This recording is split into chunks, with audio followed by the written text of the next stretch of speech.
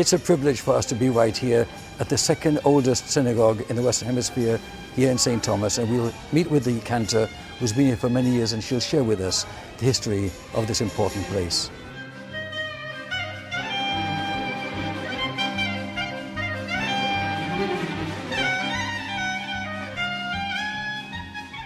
With us now is Cantor Diane. Diane, what a beautiful synagogue this is, and the Torah scrolls and everything, and you have a whole group of visitors here from God knows where, all over the country. Tell us what's unique about this temple.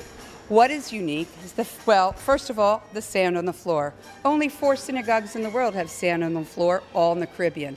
But what is very special about the synagogue, it goes back to 1796. Generations to generations, Ledor Vador, we go way back. And the fact that it still exists and is still a working, operating synagogue is the most special thing in my heart. The sand, of course, is special. It tells our history.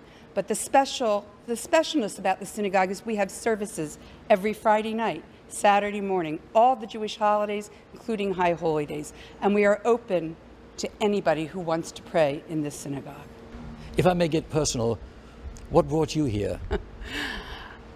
I came here in 1995 off a cruise ship.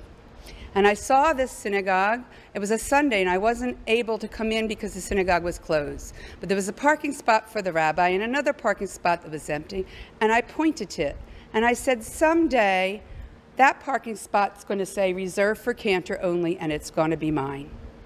And in the year 2007, that came true.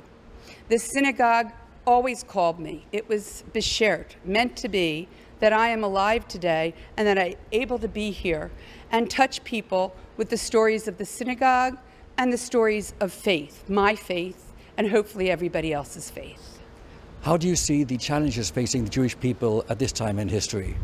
There are many challenges in history, in this time in history, to the Jewish people, both here and all over the world. Right now we're having challenges with Iran. The challenges here to this synagogue, to its perpetuating, is us getting enough funding to keep a building like this going, and also get younger congregants to keep the congregation going. Because as our congregation gets older, those people who've been here for 30, 40 years, who are invested in the uptake, the caring and the caretaking of this building and making sure that it is perpetuating for future generations, they're going to get older and they're going to move on. We need to get young people involved in synagogue life and in caring about keeping this synagogue going for generations to come, for Ledor Vador. Tell us of the cultural activities that take place here. There is so much ruach, spirituality, in this building. I don't know if you felt it. The moment I walked in, it enveloped me. And it makes it so special to have simchot, different very special life cycle events and celebrations here. This past year we had 50 destination bar and bat mitzvah here that the rabbi and I split up officiating at. This Saturday I'm going to be officiating at a wedding here. It's so special. It's special because you feel Ledor Vador. We have activities, of course, for our congregation on a regular basis, because this is not just a place for us to pray, but it's a place for us to gather as a Jewish community and keep our community strong. In addition to the history here, I understand you actually have a Torah scroll from the Nazi era. Tell us about it. We do have a Holocaust Torah scroll. We were fortunate. We had a congregant from Budin, Czechoslovakia, where the scroll is originally from. And after the war, the scrolls that were found went into the Westminster Trust in care of the West End Synagogue in London. Because the Nazis kept good records and they knew where these scrolls were from, this congregant I was talking about from Budin found out about this scroll. He wanted to do something nice for our congregation. We had seen him through a very serious illness. So he paid to bring the scroll on permanent loan into our ark. And we have it today, and we use it in passing down from generation to generation the Torah scrolls when we do bar and bat mitzvah. It's a very special scroll. Certainly is.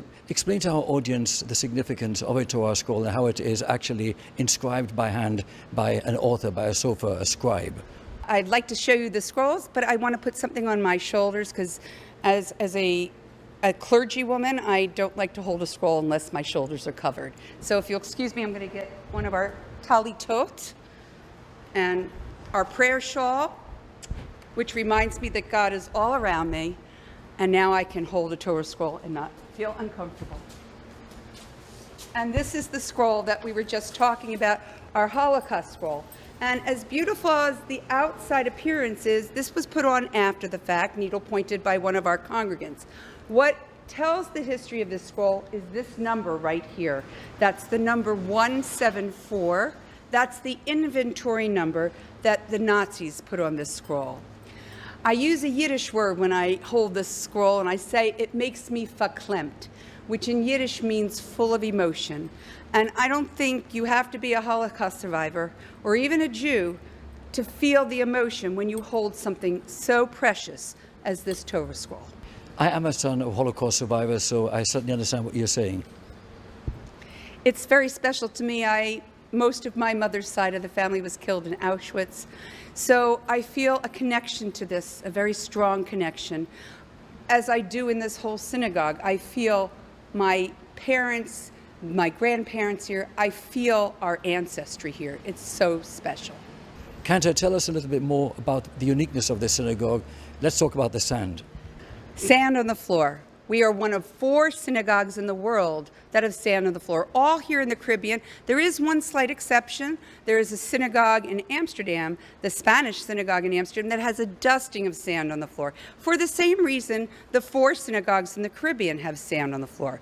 They are Curacao, the oldest synagogue in the Western Hemisphere, ourselves, the second oldest in the Western Hemisphere, Kingston, Jamaica, and Suriname, which is in the northern part of South America. We were all synagogues that were started by descendants of people who left Spain during the Inquisition. And during the Inquisition, the Jews were given a choice to either leave Spain, to stay and convert to Catholic, or else they were going to be killed. So most of the Jews left. There were some Jews that couldn't leave for whatever reason. If they were staying in Spain, they had to make pretend they converted to Catholic.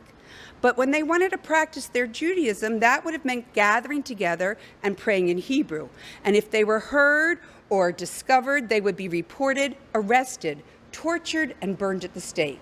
So they would go down into their cellars. Now, they didn't have the benefit of a rotunda that we have that carries sound beautifully, but instead they would have low ceilings. This is a reason some people call them crypto-Jews. They would go into their cellars, put sand on their floors because sand absorbed sound.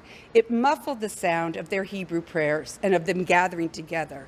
And that way they could pray without being noticed, without being heard. And so these 4 synagogues in the Caribbean were started by descendants of people who left Spain during the Inquisition.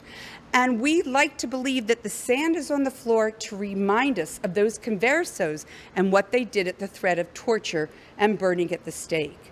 Now, there's also another reason that's given sometimes in the tour books and by tour guides that I don't believe totally, that it's to remind us of our exodus from Egypt and slavery and our wandering through the desert for 40 years, which would be a nice thing. I bought it the first time I heard it. But if that were the case, there'd be more than 4 synagogues in the Caribbean with sand on the floor. It would be all over. So I believe the first answer I gave you, because of the conversos, to remember their sacrifice, that's why we have sand on our floor. Maintaining tradition for thousands of years, keeping the flame of heritage burning.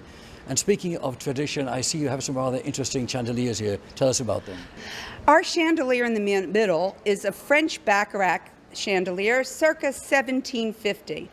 And we only light it twice a year, Erev Rosh Hashanah and for Kol Nidre service.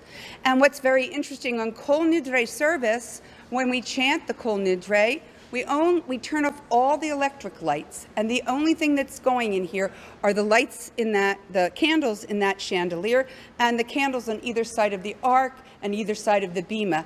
And it's as if we were chanting Kol Nidre in 1833 when this building was dedicated. As I said, keeping the flame of heritage burning. Thank you so very much, Cantor. A real pleasure. It is my absolute pleasure to talk about this very special synagogue. I love it dearly, and I hope anybody who sees this will also fall in love with it. Thank you so very much.